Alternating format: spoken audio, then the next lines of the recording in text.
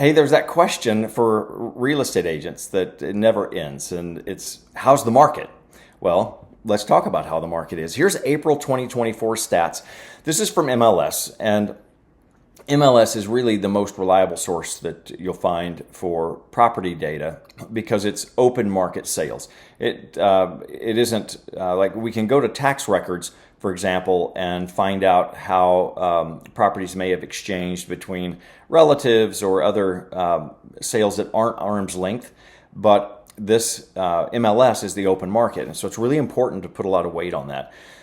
In April, closed listings were up 13.26%. And you see that here on the first line, up from 2023. Well, that only tells a piece of the story because everything in real estate is relative.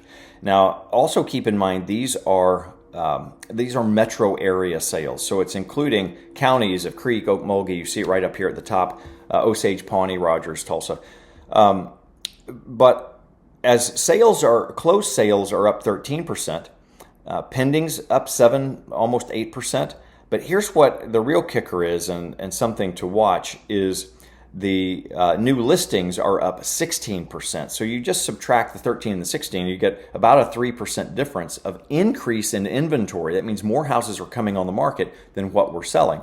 And that comes down here on month supply. This is probably the most notable here at the very bottom.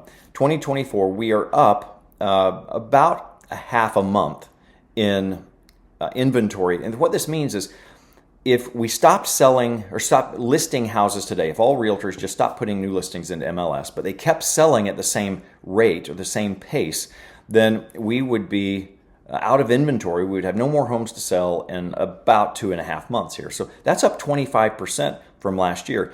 That may be an alarming indicator there, but honestly, I've just noticed the market being more normal. Like as we're coming out of COVID and things were just selling so crazy fast, this is actually giving buyers an opportunity to see a house, digest the decision that they're making, and feel more comfortable about proceeding. I am personally, at the Baskin Real Estate Specialist, seeing multiple offers on most, probably over half of my listings when they sell.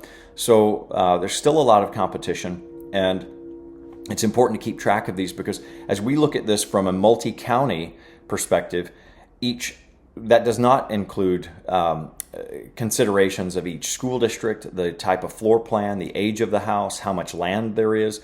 Those are all things that become micro considerations as you're really evaluating the value of a property, which brings me to this point. I bring you these updates, and they're great, and it's a good look at the health of the market. But when it comes time to evaluating what your personal property is worth, don't use these automated services. I even have the automated services, and it's great to just throw a bunch of stuff in a mixing bowl and then kind of see how it filters out. But you need to have professional eyes on that data. So if you need to update your estate plan or your will, or just have an idea of whether or not that desktop, we call it maybe a desktop appraisal, that you'd get an automated value, and then I would look at it and then give you an idea. Is this realistic? Does this look like it fits the mold? And we can do that with a 15-minute phone conversation. You can go to askinforbaskin.com and schedule that. As a client, you're valuable to me, and you don't have to be buying and selling a home to have a conversation. And I always want to make sure you know that's available. Use that link. Memorize it on your phone, and it'll put a 15-minute phone call on my calendar. We won't have to play phone tag, and I want to take good care of you. So thanks for supporting the Baskin Real Estate Specialist for over 30 years here in Tulsa.